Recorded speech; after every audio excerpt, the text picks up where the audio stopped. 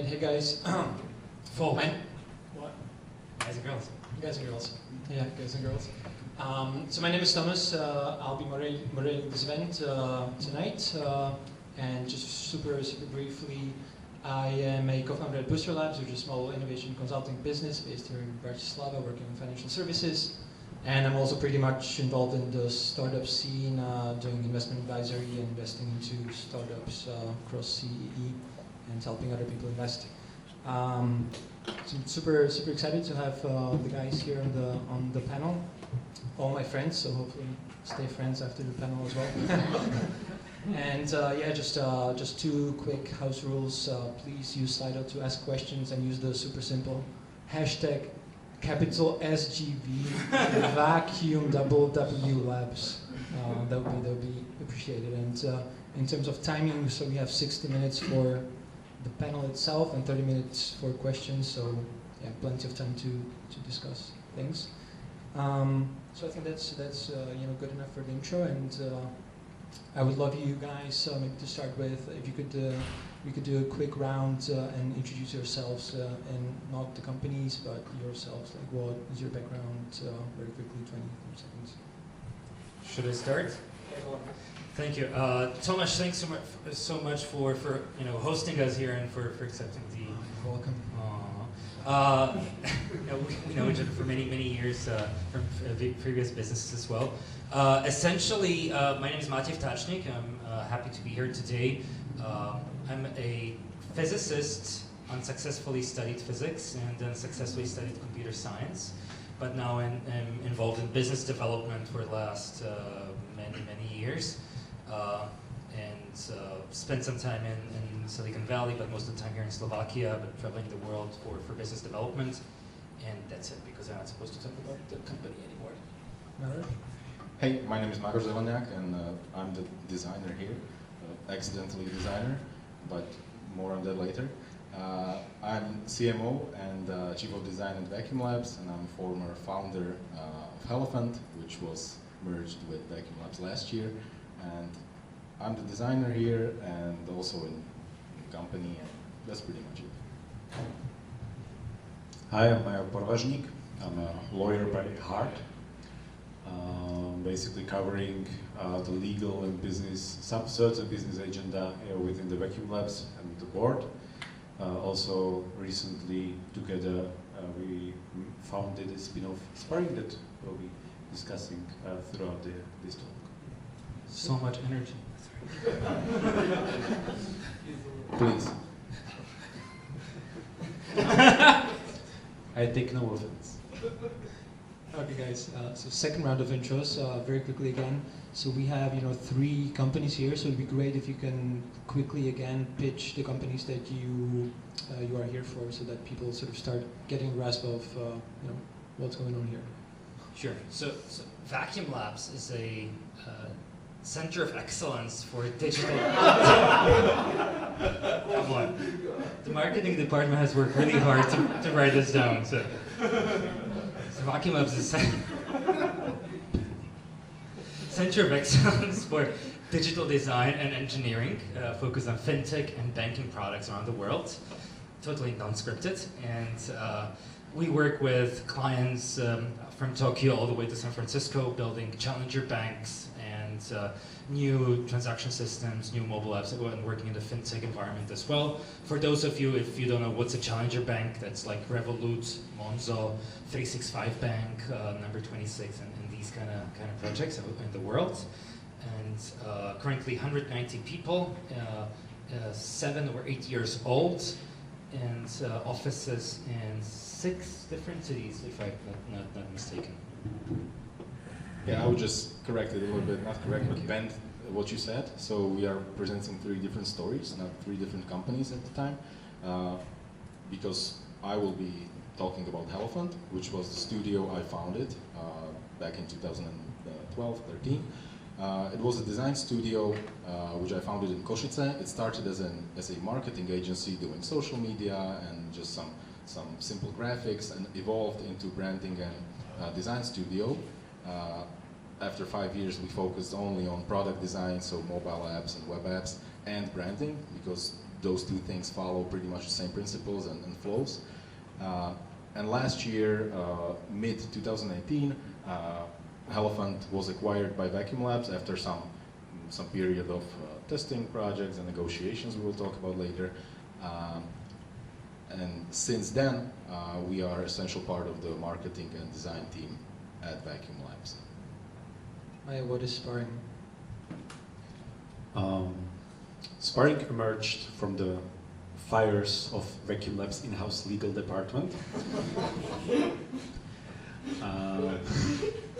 Basically, developing a rather unique business model, trying to support innovative ecosystem within Slovakia to its global growth from both strategic and legal perspective. Cool. So Matej, can you give us a bit of a sense of scale of Vacuumlabs? You mentioned it's 190 people today. So maybe can you compare that 5 years ago? Like how did you grow? What was the rate of growth? So 5 years ago, yeah, the change is like 186 employees. So essentially yes. So first couple of years of the company were really small, just a couple of people building very small applications, not focused on one vertical like fintech or banking, but more across different spaces.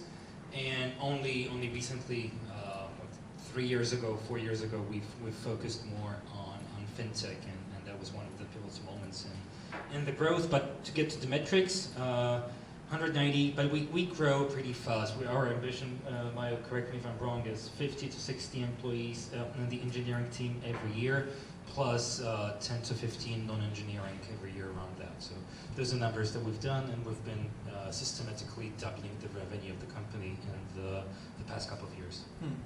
And if you think back to a couple of years of this pretty quick growth, what were some of the key decisive moments that shaped the fate of the company? Can you think about it? Sure.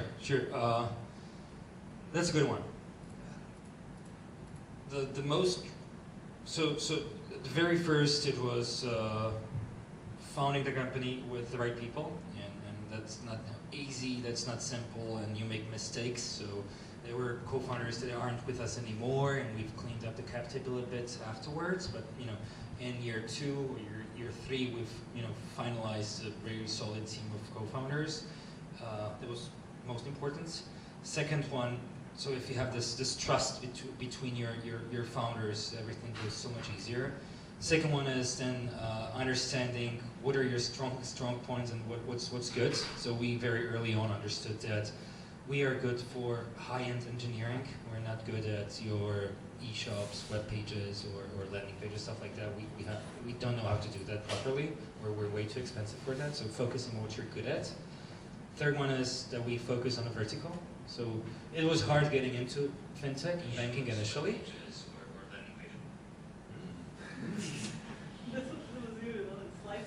Live stream solid. So that was getting into fintech and banking was for us very pivotal, because once you're in a vertical and you have 3, 4, 5, 6 references from that, it's so much easier to grow.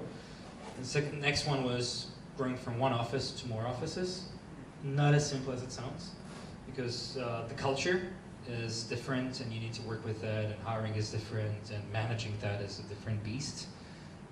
And the last one is when you're verging out from one service that you're providing to several different services that we've done since last year. So those are the milestones, I would say. And touching up on the culture question, so that's maybe to all of you, because essentially you guys are all primarily Vacuumlabs people. So I'm just wondering, culture is often it's pretty underrated in the early stages of a company, but as the company grows, it becomes probably the most important thing to scale and build. So I'm just wondering what are your insights in terms of like how do you guys build culture now, since it's 200 people sort of decentralized across different offices. So what do you guys would sort of stress as an important culture building blocks for Vacuumlabs? Maroš, you want to start? Yeah, what I think is the key differentiator in this is that most of the time software companies grow at one place. So for example, there are companies that grow from 0 to 200 or to 300 people at one place. and they have to cultivate the culture there. We are different because we have 6 offices that they grow at their own, I would say. This kind of enables to shape some microcultures around the offices, but also be under one umbrella that should be like the baseline for everything. I would say that after we merged together, we were more of a design and marketing oriented guys than the original Vacuumlabs founders team and the team. We tried to do a lot of things to improve the brand feeling, or so people would actually knew what they believe in, what the company values are, and we try to cultivate it there. So it's kind of a hard question because there's no simple answer for that. If you're a small company, you need to cultivate small company culture. If you're a big company, it changes. You cannot stop it, and maybe the important part is just that on that point, Maroš, is that you're in Košice, which is the second city in Slovakia, and you know, you came in with a different offering, you came in with a different mindset, and you know, there was a big cultural clash initially in terms of how we perceive design, how we perceive work. You know, not everything needs to be in Jira, not everything needs to be, you know, cookie cutter, not everything needs to be that way. And it's been a never-ending back and forth, but very helpful and fruitful in understanding what's you know. The engineers, fantastic people, love them to death, but Donald Trump, fantastic people. Amazing, tremendous. And the thing there is that, you know, they understand that stuff is nice or looks nice, but can't really describe it. So when Maroš came into the office, it was okay, but it was, you know, like engineers try to decorate the offices and try to do stuff there, and you know, and it shows. And when Maroš came with his team, we did a big rehaul of the design and everything, and the people within the office now are much more satisfied, and they have a stronger brand connection because we've created that, or Maroš created that brand with the story and with the design, and it's on posters, and it's all around, so it's more intimate. Yeah, but it's rather tough. I mean, very often it's really hard to build one culture across a small company if the people sit in 2 floors, 2 different stories, whereas to have a culture within the same city after the movement to another building, it's tough. It's tough to basically keep the sense of the same ownership within the particular offices if the headquarters is only one city and most of the founders sit in the one city. Therefore, we are still thinking about how to keep the culture alike, meaning we really encourage founders and the senior managers to travel across the cities, visit the offices, do the holidays there, manage many surveys to see what are the preferences of our people, so that the new offices we may be searching in the nearby future will be in accordance to the culture we already built. And it's really not easy to work with so many people from different backgrounds, not mentioning we have Hungarians, which we don't really understand. So it's really tough. Yeah, I would just say that we're still learning because we have grown rapidly since last year, or since ever actually, and it changes every day, every week, and the question is still up. You know, it's how do we cultivate the culture, the right culture, and that's a never-ending question, and we are still learning. So, just one of the things that, if there are some key points in the culture that I would say is unification is one of it. It's very important that we're trying to make the offices look the same and the benefits across all the offices the same, and then repetition, repeating the values, repeating the mission, repeating the things, and the third one is in person. Even though we have Slacks and Skypes and all of that, being in one place like we're doing in 2 weeks, we're bringing everybody with their families, with their kids, and Ftáčnik right now for 4 days where they can mingle, drink, enjoy, and just meet new people from different offices, helps the feel of one company rather than 6 different companies. Off the top of your mind, do you have some sort of quirks in culture, like something super interesting that you guys do or organize that's not traditional? Anything you think of? There is this donut or donut feature. Yes, it's Basically amazing. a system every month by random picking 3 or 4 different and randomly chosen employees or people within the company that are supposed to go together for an event, brunch, lunch, dinner, beer, whatever.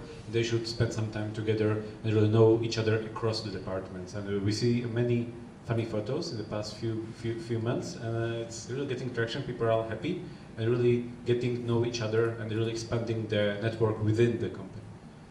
Yeah, I would also add up to that that we, like on, let's say, bi-weekly basis or monthly basis, we have internal presentations or stuff that our people talk about on stage. Let's say if it's in Bratislava, we live stream it to all the offices, so all the people can see it, even though they're not there in person. So this is quite nice, and I think people appreciate it. So that this is maybe something unusual.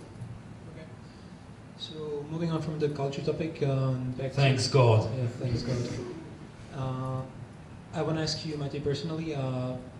We often see in companies that scale quickly, the founder's role change rapidly. So initially it's basically doing everything from the product to whatever you can think of, and then it sort of moves more into the leadership, hiring roles. So I'm just wondering, your personal experience, like if you compare, today with a couple of years back, like how did your role and day-to-day work change? Sure. Well, I think it shifted rapidly in the last couple of years. Initially, it was, I was the only salesperson in the company, which is always fun. And when you're looking for projects for 10 people, fine, 20, fine, 30, fine. But when it came to 70, I said, okay, let's expand that. And Mayo joined us. That was fantastic. And then my co-founders understood that Mayo is also a lawyer. So his time for sales decreased rapidly. So Within a week? Within a week, back to square one. So that was fun. But now we have a pretty good decentralized sales team across the world, and now we're hiring a bit more as well. I see my role, and I've been nagging the boys the last couple of days that it's more strategy, it's more leadership, and it's more trying to do the inter-department management and inter-department coordination rather than actual sales. The guys tried to take me out on meetings only when needed, because I'm a good escalation point, which I wasn't in the past because I was doing the meetings. And I see that the role changes. That Mayo has a great saying that he's always said that how to put it in English, that you need to be hands-on as long as possible, because otherwise your brain turns to mush. All those senior managers in these big corporations are just meeting monkeys, and they meet and I go from meeting A to meeting B and coordinate A to B, C, and D, and this is something we're actually trying to avoid, to stay hands-on and active in those roles as long as possible. So how many meetings did you have this week? It's Tuesday, and I would say like 12. Yeah. Okay. Okay, so I would suggest we maybe move on to the story of Hellephant. And it would be great, Maroš, if you sort of touched upon it in the beginning of what used to be Hellephant, but maybe you can give us a quick sort of background story of how it came about in the first place. Yeah, so in the beginning I mentioned that I'm a designer by accident. What that means is that I started as a designer like a long time ago, and by accident because my mom, she's a translator from German to Slovak, but she also had some different projects from Czech to Slovak. And she gave me the project that was a translation of a user manual for a graphic software called Zollner Photo Studio. So I could make some money and she would just proofread it. So I downloaded the software, installed it so I could translate the user manual in context, and that's how I actually learned how to design. And I discovered this is the way to go, and to learn design from a user manual. Yeah, solid. I'm the first one and the last one probably. Then I went to freelance mode where I designed pretty much everything like young freelancers do. And during university studies, I started the business, let's say. I hired my friend from school and started as a small marketing agency. We did some websites, and we scaled from that point to about 13 people, which was actually the final number we got to. And we transformed initially from the marketing company doing social media to design and branding studio when we had more designers at the end than social guys and developers. So that's pretty much long story short. So what's the story with Vacuumlabs and Hellephant eventually being acquired by the company? So how did you guys meet? What was the dynamics there? How did it happen? Yeah. So if you're a single founder, you probably, or I probably never thought about being acquired, or even if I did, I would think that it's just impossible to be a studio in Košice and get acquired by anybody. But we actually, that's an accident because Matej and Majo were the two people that actually was the first people that I met from Vacuumlabs. We met through our friend Sorry Philip. for your loss. Yeah, you guys were in suits in Košice. What? Why? Yes. I'm a lawyer. I was Yeah, fat. yeah, like 50 kilograms earlier, I met Matej and Majo, and at the cafeteria in Košice, and they just came to do something in Košice, they visited our offices, we started some projects together, and I don't know whether in the beginnings because Matej was, let's say, the champion of the deal that we should merge. I don't know whether in the beginning you were thinking about merging right away, but we did some test projects for clients in UK and also some internal work for Vacuumlabs, and it kind of evolved into a discussion that, yeah, we share same values, same history, bootstrapping the company from zero to some point of existence, and we share the same story, and it would be nice if we could actually complement to each other, because Vacuumlabs had only the development team and no designers on board, so Vacuumlabs wouldn't be able at that point to build up a design team. And same with me. I was able to build a design team, but not a development team. So we decided that this would make sense, and that's why we decided to merge together. If I may add, from my side, it's Mayo hates this when I say it, but I think of Vacuumlabs as a engineering software outsourcing company from the Balkan region. Yeah, so that was before. That was before.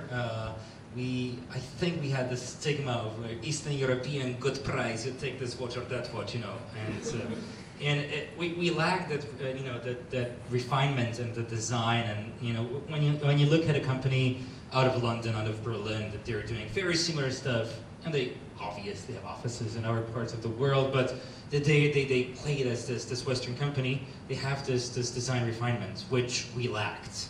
And I acknowledged that, and I knew that I won't be able to do it by myself. And I saw that with Maroš we share the same vision of building a pretty huge company together that is more on the value add, on the higher end of the spectrum. Okay, so going from the pinky clouds, so can you guys share what was your experience in terms of the negotiations, and how did this come about? So from the moment when you actually, the idea emerged to basically being acquired and the legal paperwork being done. I know who was the lawyer. Both, it would be great to hear both sides. So what were the negotiations like? Some juicy details. Nice. Yeah, it was new. It was new for me because I was single founder and I was only in my bubble of experience, and that didn't include merging and acquisition of the company. That included running and operating a small studio. So I knew nothing about it, and I knew that guys were pretty experienced at that time because Matej. Because they were suits. Yes. No, Suits. that was, yeah, because Matej. We did some work in the spot together prior with some investing in some of the startups, so I had a bit more experience than you, not the one, but a bit more. Yeah, so that was pretty hard to stay against more than one founder and negotiating with them. I didn't know what to do. It was more of a feeling stuff and decisions and thinking not whether this makes sense, but whether I believe in what they believe and whether this matches. And I decided that I would try it, and that's why we're here today. For me, from my side, it was a orchestration nightmare. To say that there are many different stakeholders, like my board, that means my two co-founders, then Maroš, and everybody involved, all the advisors, all the smartest people in the world advising everybody what to do. It's too much, it's too little, it's that long vesting, and it was a nightmare just to pull it all together. That everybody is it's not a lose-lose, but it's a win-win. I would just add up before that everybody needs to have a reason to buy or to sell, and there are multiple reasons why companies are sold or being bought. So what I call it is the traffic reasons. So if you buy a company that is same as you, so in this case Vacuumlabs, if we would buy a software house, it's a traffic reason because we need more developers. This kind of transaction was more of a skill set transaction, which made it a little bit harder to understand for both parties, and that's why it took quite a long time, because it was new for everybody, even though Matej had previous experience with that.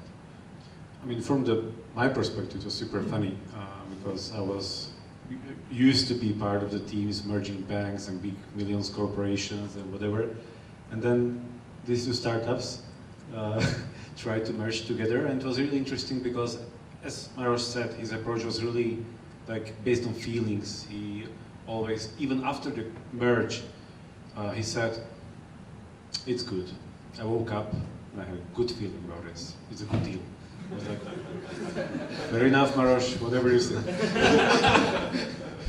And again, the guys from Vacuumlabs, like super data-driven, numbers here, numbers there, whatever reality is. It was interesting for me to really mediate those two camps and try to bring them together.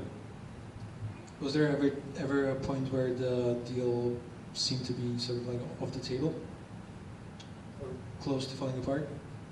Absolutely. Or not? I mean, all the time during the negotiations. It's all the time.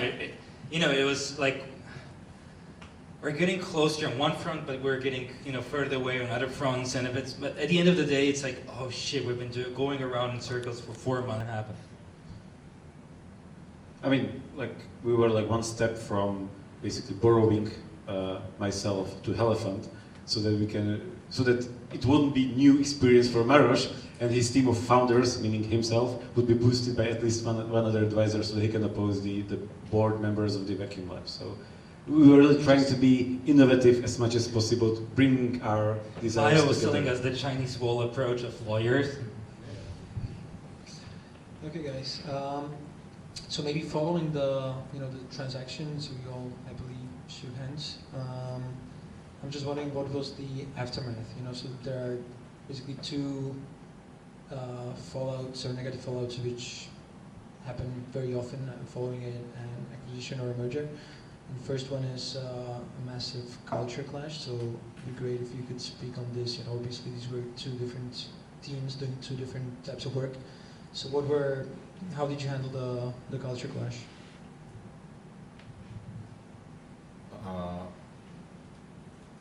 The essential part of this is, I would say, planning, because we actually spoke about like a half a year after the merger, and we agreed that it was not very well handled in terms of the actual merging. So we agreed to merge and everything was looking good, but the actual transaction and shifting mindset of the people and communicating clearly what happened, what's going to happen, this was I would say, the major culture clash also. So this, it was just a designer clashing with the developer. You know, if you have experienced such a situation, yeah, I see some people smiling, so yes, you know what I'm talking about. It happens. It happens every time, and you need to be prepared as much as possible to avoid it or to communicate clearly what's going on. From my side, I think we were tired and exhausted from the negotiations and from doing that. So we were just happy that it happened. And afterwards, you know, we let the ship sail freely for a while, which was a mistake immediately after the merger. But you know, it's the benefit of hindsight. Now, with the next acquisition that we might do, wink, nudge, nudge, we possibly will do a better job there, so we know what to expect and what to see.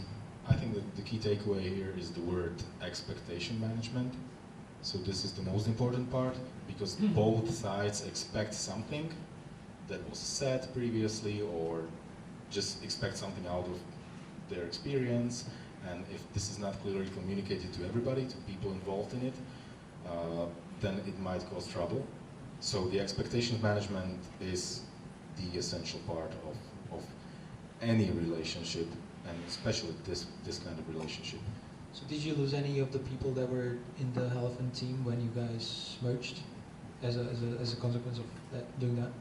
We were a team of only 13 people. We lost one developer, but not as a result of a merger, but as a, let's say, natural shaping of the company, where we didn't do the marketing stuff anymore. So just our ways did split. So that's not as a direct result of a merger. Okay. And you guys basically touched upon this, but are there any main learnings when it comes to either the process of the negotiation itself, or maybe closely afterwards, that you would do differently, or any other major learnings that you would try to do something differently next time? From my side, as the acquiring side, I would say before I would engage in another acquisition, I would gather much more support and a stronger mandate from the board to do this, in order to have less people involved in the acquisition itself, so we can go faster, and I can have more leeway in discussing and giving the terms and giving everything. That's from my side. Maroš, what would you say? Well, I'm pretty sure with the experience I have right now with that, the process would be much faster. But if I just rewind back, it wouldn't be that different, because the situation was the same. It's with the experience I have now, it would be different. It would be faster in terms of all the business negotiations, but it's hard to say now. Maya, any learnings from the lawyer? The guys are sad and crying, but I think it was a standard merger and transaction. It was I would say, yeah. Given the size of the companies, it was pretty regular. So. Thank you, Papa. No, I mean, it would be naive to think that one can process the merger easily and seamlessly and swiftly and with everybody being happy and shiny. It was exactly what we did. Yeah, it's a complicated process, and it's never easy. Never easy. But actually, I'm glad that we experienced it at the very early stage of our company, so we can build up on that. Cool, guys. So moving on to the third venture we have in the house, Sparring. So Mayo, maybe you could introduce maybe in a bit more depth, what Sparring is about, and why did you decide to come up with a concept like this, and how did the idea come about for the business? Sure. So basically, Vacuumlabs operates, although it's not widely known, a small co-work where a number of few innovative companies sit around here in Bratislava with us. And at some point, they came to us, the guys, okay, you provide us with a space, but also we do need a legal help and advice. Is there anything you can help us with? And we were like, well, thinking about this was like really the first kick, thinking about that really there are a number of, dozens actually, of innovative companies here in Slovakia that do lack any legal support, or they do have rather bad experience with engaging lawyers. As you can see, they're rather boring and yeah, inexperienced, whatever. So basically, this was the first kick. We realized that there are companies out there needing the help. Then we really formulated a few hypotheses that we were testing with one of the or two companies that really fulfilled basically good industry-specific legal help that not only protect the startup but also provide its or enabling its core team to really focus on the core business, not being distracted by the regulatory stuff and legal issues that is really frustrating and can get really frustrating. It's also protecting the startup from potential pitfalls, but also it can really enable the startup to fully use the opportunities enabled by the legislation within the particular state. So thus making the legal support even may be able to really provide more value to the startup, and the startup really pays to the legal support. This is how the sparring really started, and still in the early stages. We have just only a couple of companies supporting, and it's not only legal; it's also strategy support. The smaller the startup is, the more comprehensive our support is. So there is a door opening, basically support when it comes to the investment rounds, some strategy. The bigger the startup is more related just to the legal stuff. Any startups that you can share who are your clients now? Sure. Right now, I mean, we do have almost a dozen of those. So firstly, it's within the Vacuumlabs group. So there is also like ReactiveConf. Right now there is a new spin-off called TribeFS, so there are a number of those.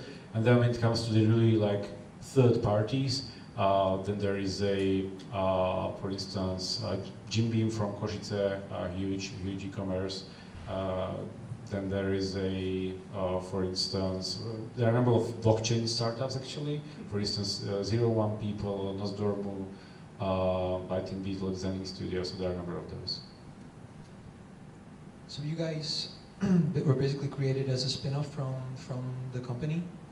So if you could just briefly say like how does that work now day to day? So you have the dual role, basically being in Vacuumlabs and then also running Sparring. So how do you reconcile that day to day? This is rather easy since I have a dual role since day 4. Yes. When you shared with us that you're a lawyer as well, yeah.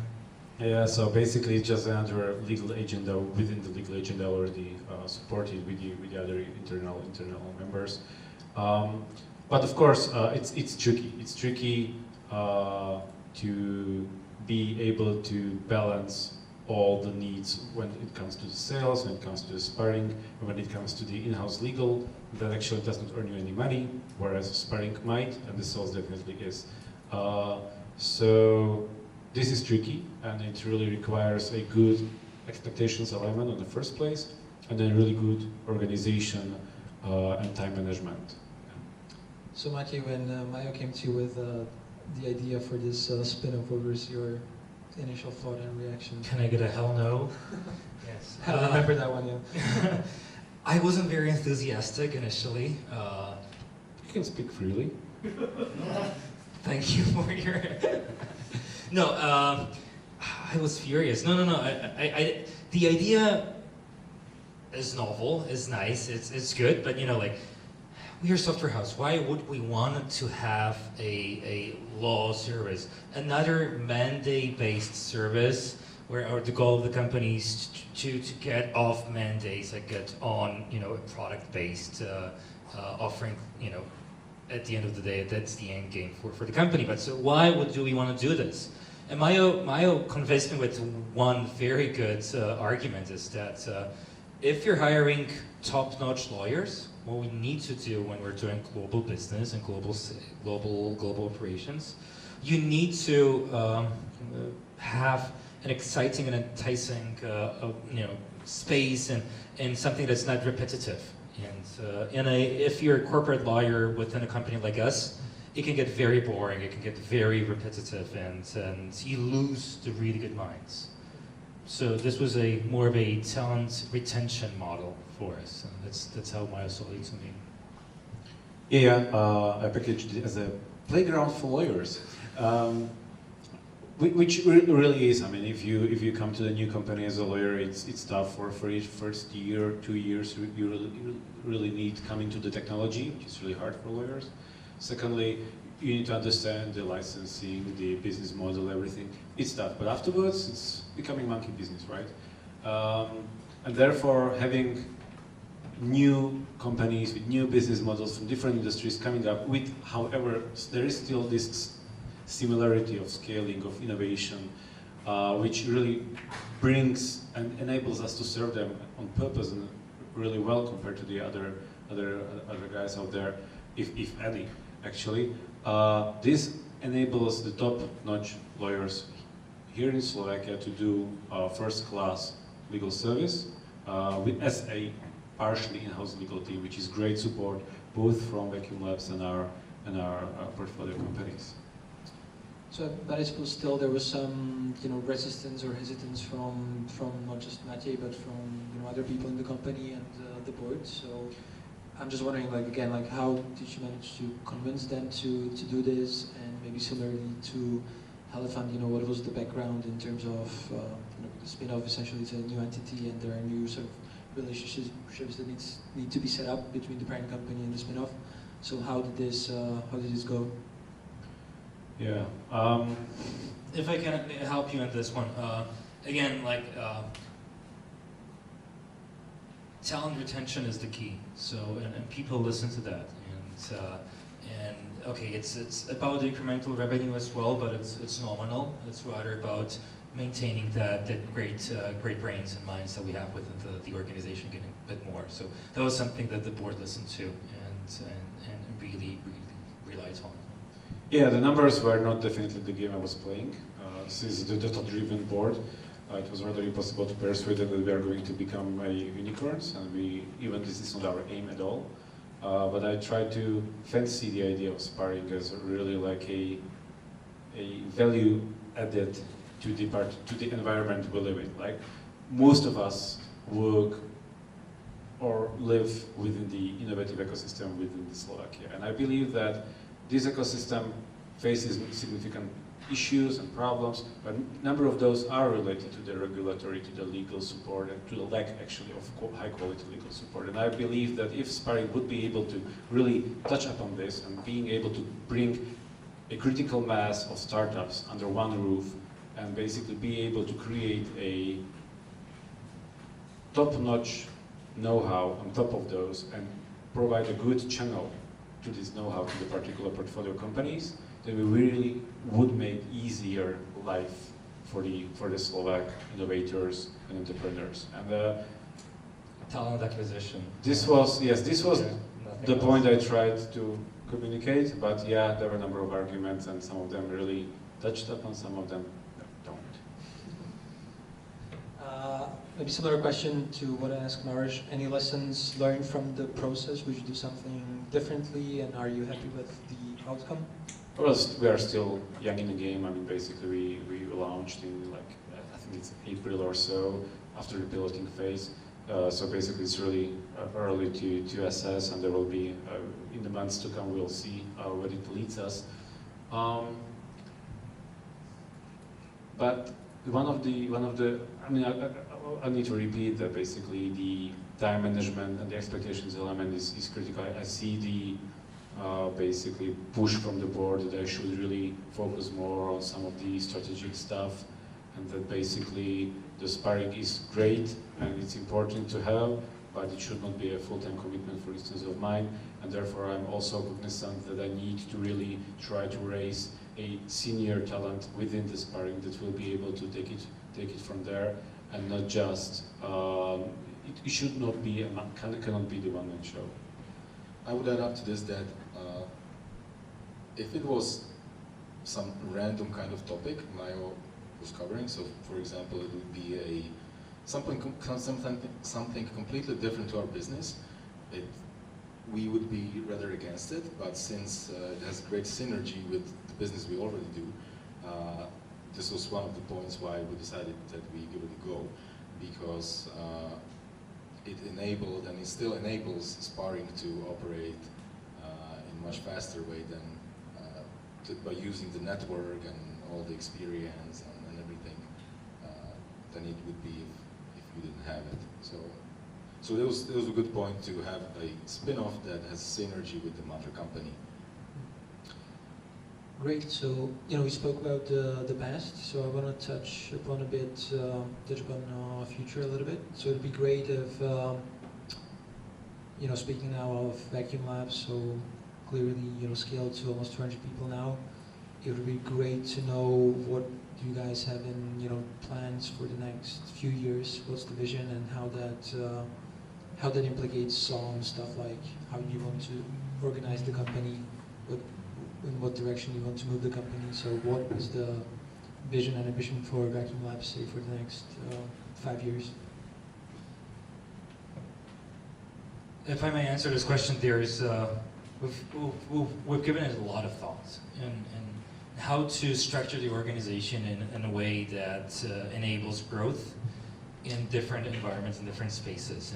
And either you can go through the traditional ways where you have your senior management or middle management, and then you have some departments and you lead those, or you do the way as Alphabet did it, that you have a CEO of Google Maps, CEO of search, and CEO of so many different things there. I think we've decided to go with the Alphabet route, where either acquiring or creating our own many companies in different verticals, different spaces. So one is spotting, the other is our event department. We're doing a product in fintech and banking that we're trying to build and scale. And there's going to be more stuff. We're probably going to do a crypto thing next. That's going to be its own entity. So it's more about creating a group of organizations that have synergies between each others, of course with some back office that helps all of them, rather than creating one big behemoth that's going to do everything within departments. Both valid approaches, but we think that for the nature of our business that is more global and decentralized, this makes a bit more sense. You are in agreement? Yes. That's good. I'm supposed to answer the Vacuumlabs or the sparring question? Whichever you want, Maya. Yeah. So Vacuumlabs was answered already. When it comes to the sparring, yeah, so as I've said, I think we should really merge law and technology and basically bring this know-how to the innovative ecosystem within the CE region and help the local entrepreneurs to expand in a global way. Okay. Maybe a quick question to Maroš in terms of future. So how do you see the future of the design and product design function within Vacuumlabs developing in a couple of years? That's a great question. I would like to see the answer.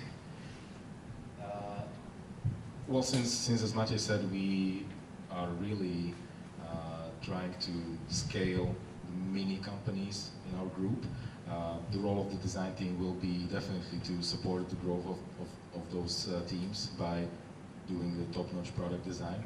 And since we also do client work, we will continue with that, but what I would say mostly work on our own projects, because this is company-wide ambition, not only design team ambition. So yeah, just scale up at the pace the whole group is scaling up. Okay. So guys, we have 8 minutes left on the panel, and then we take some questions from through Slido. So I would urge you guys from the audience to ask more questions either via Slido or then just ask verbally, like whatever you prefer. But before we wrap up, I have a few questions which I want to do fairly quickly. So do like a quick fire round.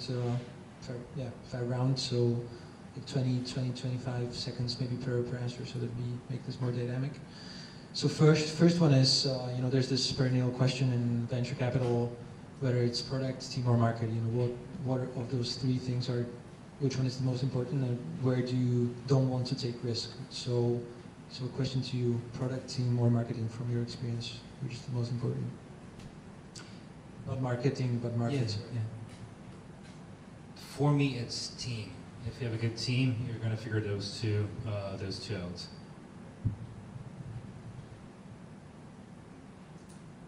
For me, it's actually market, because from what you said, it seems that people would actually bend.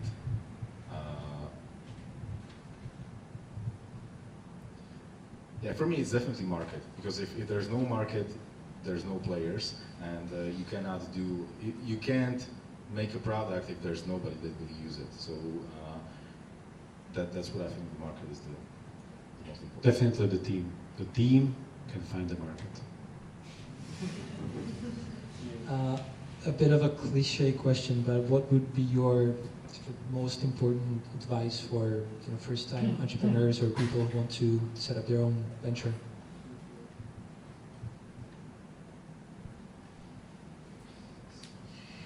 It doesn't really matter what you set up. Like, don't sweat it. Like, the idea isn't that awesome, that unique, that great, and that's okay.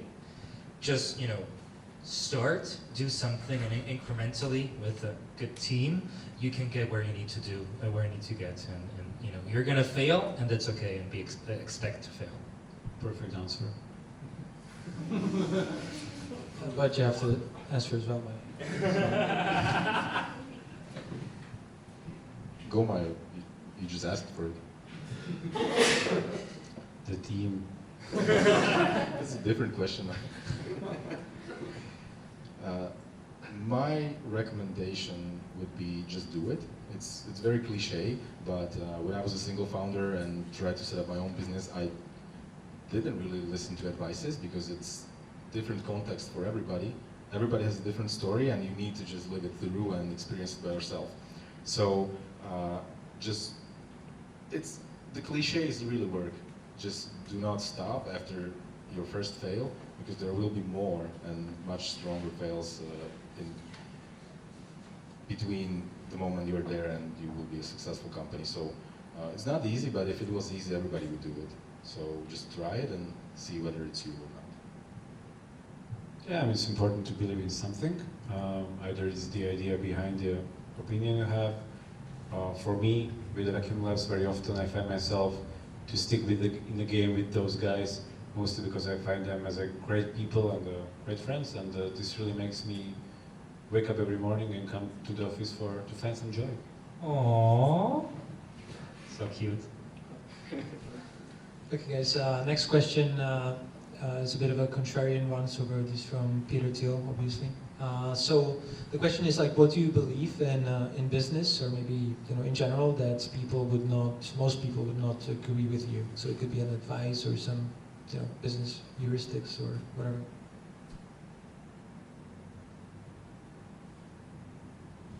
"20 seconds, guys." Yeah. Maroš, you can start. Or something right? that's non-trivial advice, that's not heard often. I gave you this question in advance. I know, and yet an hour later. Still tough, yeah. No, I believe in time pressure, so now the great idea answering comes. No, So maybe we would be prepared. Prepare? No, definitely. 2 seconds. No. So, for me, what I would say definitely is, and this is something intuitive in Central Europe, is that you first sell, then you build, and fake it till you make it is something that is very common outside of Central Europe. But here, I would just suggest, and that's what I've been doing. I've been always selling and being confident that we can deliver, and then we've moved mountains to deliver, and it worked out so far. What? Could you repeat the question? Because I just want to get the essence of it. If there's anything that you believe in business that you think is true, but most people would not agree with you on that fact. I would rephrase it to, what is the thing I wouldn't have agreed with 5 years ago, and I know now. Okay. So it's that you can do it even from Slovakia, you can do it globally, and it's not that far that you think. You can scale up service business or any kind of businesses from Slovakia. London and New York and all the other countries are so close, and that's the main point that I wouldn't actually believe back in the day. I have it. You know what? Being from Central Europe is not a negative. Something that I didn't believe and was very ashamed of when I was traveling around the world and trying to sell our services for many, many years and trying to fake it that we're American or that we're Londonese or whatever. But now, like when we're doing business in Southeast Asia and Asia, like being Central European is fucking awesome. Like look at HackerRank, like Czechoslovakia #1 and #2 in the level of engineering talent globally. You know, great talent, great people. We're solid. We say it as it is. We're not going around it, and we have some very good qualities in delivering stuff. So for me personally, it was understanding that I can honestly actually be even proud of being from here and can use it as a sales value add. Yeah. First of all, it's possible to do business not only from Slovakia, but it's possible to do it from Eastern Slovakia. And secondly, to touch upon that, is that if there are people, and this is really closely legally related, so bear with me. If there are people claiming that the industry shall not change because it hasn't changed in 200 years, well, believe that in 5 years it will change more than in half a millennium. That's a good one. So the legal answer was the good one from all of these. No, yours was very nice as well. Very nice. What is the most difficult part of the jobs that you guys are doing right now? The pace we're scaling at. So it changes every day, and you need to adapt. And that's what, for me, or from the marketing perspective, it's the hardest thing, because you need to think further away from now, and that's probably the hardest point there. So the pace that we're scaling at. Being on top of so many different businesses and just aligning those individual pieces that they click into something that actually adds value. That's the biggest challenge for me every day. To avoid meetings and get things done. And the last one You from me. you got a shot actually from the photo guy. Okay, shut up. The last one for me is, what is your favorite book or podcast that you guys are big fans of and that has, you know, added value to either your business acumen or life in general? There are two things. One is for business and for just understanding what's happening in the world. I love The Economist. I listen to it weekly. They have it in an audio podcast version. And a personal book, if I may, I read it and I cried like a little baby. It was Call Me by Your Name that just recently. It was nice and it was super cute. Yeah. A super business book. No, it's personal. Okay. Maroš? So two things. One is podcast. I like a podcast called Blitzscaling. It's a Silicon Valley podcast run by Reid Hoffman, who is the founder of LinkedIn, and he invites people like top-notch A-class people, CEOs of the biggest companies there, and talks about their stories. So this is what I like, to hear about stories of others and how they can relate, or how I can relate to them. And a book. So at the beginning of this year, I tried to, because I'm not very good, let's say, at managing tasks. So I'm more of a creator, and that's a different part of it, but it's a difficult part of it, so I tried to find a book that would help me with that, and I found a book called Make Time, and it's by Jake Knapp, and he wrote a design sprint book, which is a bible for product designers in Silicon Valley. about the process of designing a product. But the book is called Make Time, and it's a handbook for busy people to actually get their things sorted out, and that helped me a lot. So it was quite nice. It was very easy reading and very helpful. As a lawyer, I'll try to keep within the time limit. So it was The Power of the Powerless from Václav Havel. It was a great book I read like 2 months ago. That book is his essay describing the communist the ideas upon which the communism regime stood and consequently fell. Good. Okay, guys. So that's pretty much all for me. So let's now, move on to the questions from the audience. I think we can start from the bottom. So, what? We heard.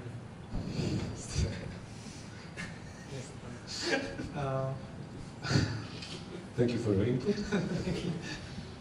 What qualities do you look for in the people that you hire? So maybe that's the question. Anyone can take it. Loyalty. Okay. Anybody can take. What qualities do you look in for people you hire? That's a great one for Samo.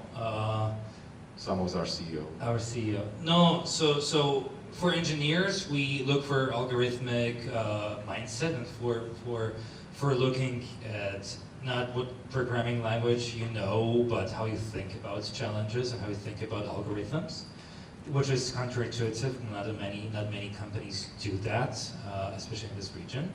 And in other sense, it's more about if it's a good cultural fit, if they believe in transparency and openness and sharing and being close to it, because we're trying to be very intimate in the organization. So if you're 20 years in a corporation, you want to have the mindset of, I need 6 managers and assistants to send an email, probably you're not the right person to work with us. I look for a growth mindset, so people that understand the pace that we are growing at and try to adapt to it and run business with us, because it's the thing. Maybe just a quick follow-up on that. In 10 seconds, how does your hiring process look like for the tech talent? Because you guys claim that you only hire the top 1%. Yes, that's a good marketing plan, isn't it? That's very good. Yes, thank you. How does the process look like? How many rounds? How many people you hire out of the top of the funnel versus people you hire actually? Yeah. Maroš, you recently updated and improved the system. We have 3+1 rounds. We have online rounds where people can just log in. So if you're being outreached by a recruiter, you have only 3 rounds. If you want to go to us and apply from online, you have 4 rounds. The one is online, and then 3 are, one is like a coding challenge, and another one is with a senior developer, and the last one was the CTO. So this amount of rounds, and maybe it's around 4 to 5% right now. That's really the ratio. So not the top 1, but the top 5% maybe this month. What are the key qualities of a startup that is able to scale up as quickly as Vacuumlabs, in your opinion? If I may have somebody that can sell and not be afraid to sell globally and internationally, and be ruthless in delivering new things and push the teams to new things. So essentially, sell before you build. Specific. Yes. Conflict of interest. No. No, I mean, I would say that besides the sales, Which is essential. yeah. You need a good legal department. No, actually, you need a great mixture of strong personalities or experts on board. So what I really envied in Vacuumlabs is that the 3 first guys, like Tomáš, Samo, and Matej, were so different. Like, everybody's very diverse. And Maroš came. I mean, look at him. He's super different. He's from Košice.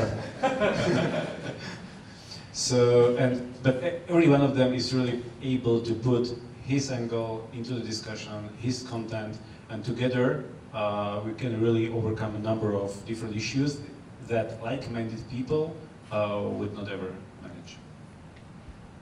I would add up to that that there are two kinds of people in startup, I would say. One of them are visionaries, and then there are managers. There's two different kinds of people, and you need both, I would say. So you need the people that hustle hard to get tasks done, but you also need the people that see somewhere into the future and can identify which way to go. And the merging both of these is, I think, the essential part of how this can be successful. Who is your dream client and why? And maybe I would add up to this, do you have any existing clients who you are super proud of, like you're doing something, you know, which will make a great case study in a year? So we have one, well, all of our clients are amazing, but we're working with Kiwi for many years here in the region. So if you know the flight search engine, we're working closely with them for many years. And they've had a great growth path in the last couple of years, also thanks to us. And what we're pretty excited about is working with a client in Hong Kong on a new challenger bank proposition. We can't talk about it yet, but in a month there's going to be a huge press release of an article where essentially a new challenger bank will be launched in Hong Kong together with us on a pretty cool proposition. So that's something that I think 35 people right now fly back and forth to Hong Kong to deliver that and build it. And maybe the other one, just to say, is in the crypto space. We have been pretty active with one of the top coins or blockchain people there, the big number 5 biggest crypto coin called Cardano or ADA. We're working with them very closely in a number of projects. So those are the interesting, cool ones there. I might answer the dream client question. It's actually, I would be much more satisfied if we had a project that would be successful just by ourselves and not the client work, because we have everything to, we have pretty much everything to launch our own project, but that's what my dream client is, our own. I think that it's not just the particular company, it's the basically features of the company. And it's first of all the tech stack we are looking at, because if the tech stack is cool, it's challenging, it's demanding, it's fulfilling the lives of our developers and designers. And also if the company itself is providing some additional value to the society and fulfilling the goals and culture of Vacuumlabs, then also the other non-developing part of the company feels fulfilled that we are leading to creating a better world. So there are a number of such clients, there is some overlap, and we are very proud about it. Maybe just to add one last part to that. Recently we've been talking a lot about an ethical codex within the company, where we realize with our size and where we are that we want to select the vendors and the partners we work with. So definitely the dream client needs to, be adherent to a pretty strict ethical codex that we're putting out there. Yeah. Very good. My agenda. So how do you guys build credibility being from Slovakia and presenting yourself as a global business? We discussed this a bit, but maybe you can expand on that. I think there are two parts of that. One is that's with Maroš joining the group. A lot of the things that business people look for is design, is the visual way, how it's the first impression is how it's polished and how it looks. So that's been a tremendous support. So that's definitely something. And the other is building on the references and on the qualities of the past clients. And we're in a trust business. Software development is a commodity. You can buy it in Ukraine, you can buy it in Belarus for half or third the price. Why would you want to go with us? Is because you have the trust and you have the knowledge that if you go with us, you're going to have a top tier product. So that's what we do there. Yeah. Go ahead, sorry. And it's easier if you have focus on some niche market or something where you can build the credibility. So it's not that you are jack of all trades, master of none, but you focus on something and try to gain credibility there. And I would say this is a little bit easier than just spray and pray around different industries and clients. Yes, Matej. Matej. So, hasn't done any cold call in like last 5 years or so, since we do not do cold calling, because as Matej said, sorry. Our business is built on trust, the industry is built on trust, and most of our sales is coming from references from past clients, past projects, and this is how we really managed from Czech clients, from Vienna clients to basically sprang into the world. So if I may add on top of Majo a bit, I will explain why. So my name is Matej Ftáčnik, and it's the worst possible name to have for an American or English-speaking country, because it's not Matej, but it's Matej, which sounds very Indian, not good if you want to differentiate. Polish. Polish, yes. Polish Indian, yeah, very good. And the second one is Ftáčnik, which is impossible. So they either say fat chick, which doesn't relate anymore, or fuck Nick. And I'm not sure which one is worse at the moment. So Matej fuck Nick is really a good start of a discussion, building credibility. So if you can start with this on a company called Vacuumlabs, you know, you can do it with anything. Yeah. But then there is still this Marián called Marián thingy, being addressed in emails as this dear Miss Marián. And the last one is our very senior developer called Andrej Skok. Yes, You don't need to go further. yes, I know. She's still thinking. So maybe a bit of hands-on question. What external services do you use? Of course, besides external legal agency. And what type of business will you likely acquire next? Maybe you can sort of take it a level up, and also discuss this, like having internal employees and having contractors not working full time for you. So how do you organize around that internally?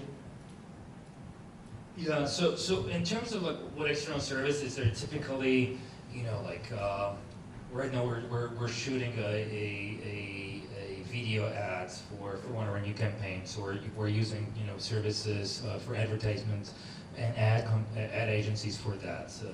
We're also, you know, using. Maybe, sorry to jump in, but maybe if you can do a quick overview of what internal tools do you guys use as a software that you are happy with? Sure, absolutely. So the main communication channels is Slack for talking, surprisingly, and then Slack calls, which I want to change for Zoom because, you know, Zoom is better. That's why. And then we do have a Jira, which everybody loves.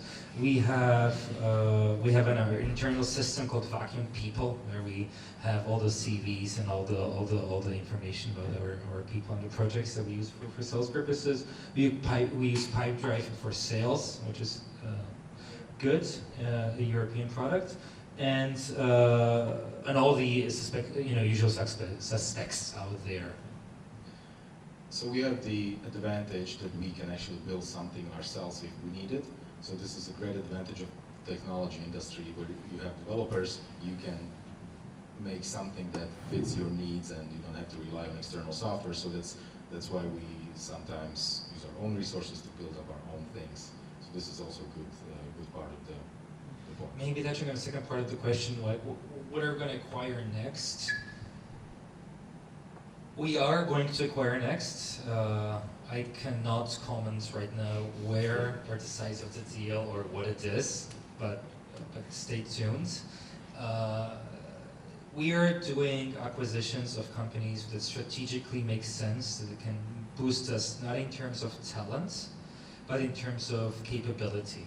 Yeah. So we're looking at that, and that's as much as I can disclose. Yeah. Very good. Very specific.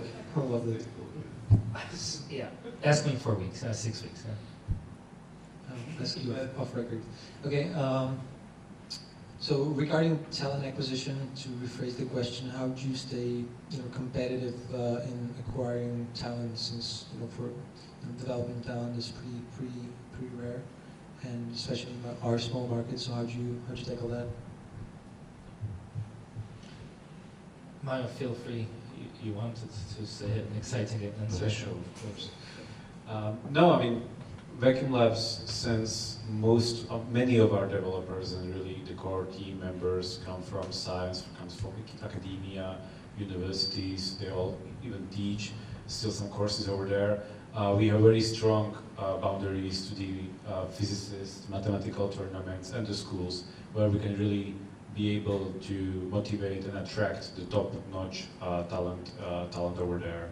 And through these strong relationships, stretching from Prešov High School to Bratislava, top universities, it really empowers us and enables us to expand the pool of talent we have.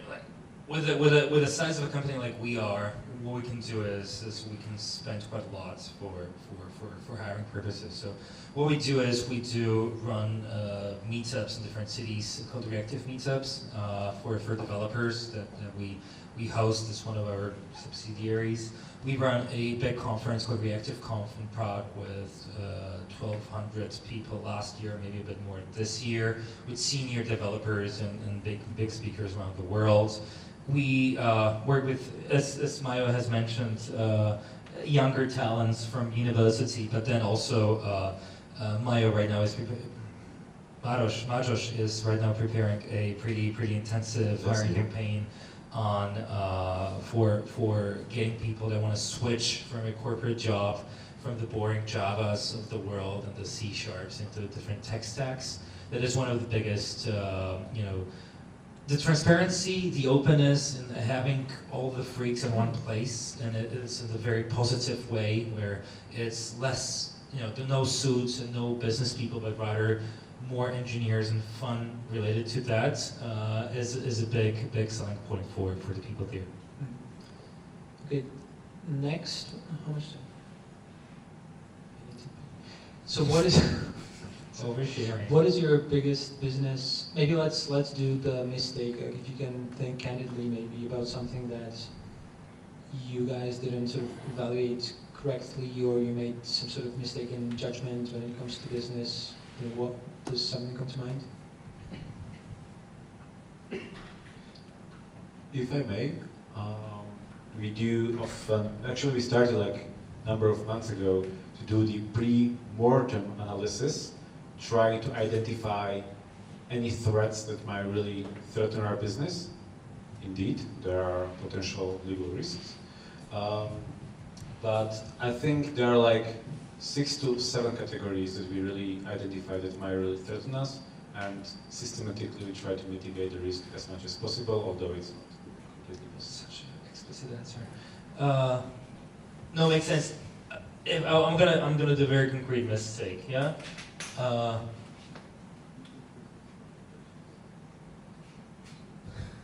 had it. You make no mistake. I'm tremendous. I don't make mistakes. So you want this time pressure, tic-tac? No, like the mistakes, like 2 things, 3 things. Start with one. So we've been focusing too much on startups, which sounds awesome, but startups have this great quality of not having money, and that's not good if you're in the business of selling them something. So that's something that we've transitioned from. We've also been in the business of trying to collect money from those startups that don't have the money, which has wasted a lot of time of Mayo and other high senior people in the past. And the third one is possibly and this comes with cash flow, is understanding, really fucking understanding what's your cash flow position, and you may do perfectly and amazingly on paper, but when the money is not in your account and you need to, you know, pay stuff out in a matter of hours, and you don't have the data and you don't have the numbers that support that, you are angry that you need to, you know, find alternative source of funding for that time, to put it bluntly. Yeah. So I would say those mistakes are some that I would change, and we've actively changed going forward to not happen anymore. All part is pre-mortem analysis. Okay, guys. Ooh, diversity question. Oh, We're solid. gonna finish on Yes. that. Looking at the panel as well as CXO in the company, there is a lack of women representation. Is it caused by the fintech industry? No, Sylvia. Okay, next question.